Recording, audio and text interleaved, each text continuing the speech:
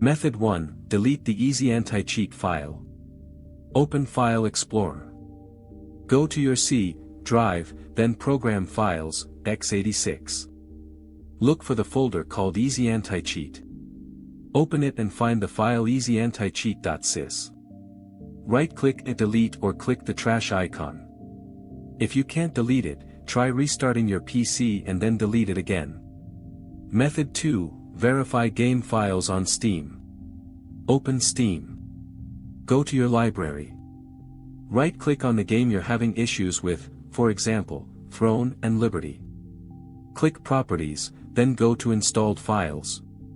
Click on Verify Integrity of Game Files. Wait until it reaches 100%. Method 3. Close background games. If you're switching between games that both use Easy Anti-Cheat, one may still be running in the background, which can cause this error. Open Task Manager. Make sure all previous games and Easy Anti-Cheat processes are fully closed. Then try launching your game again.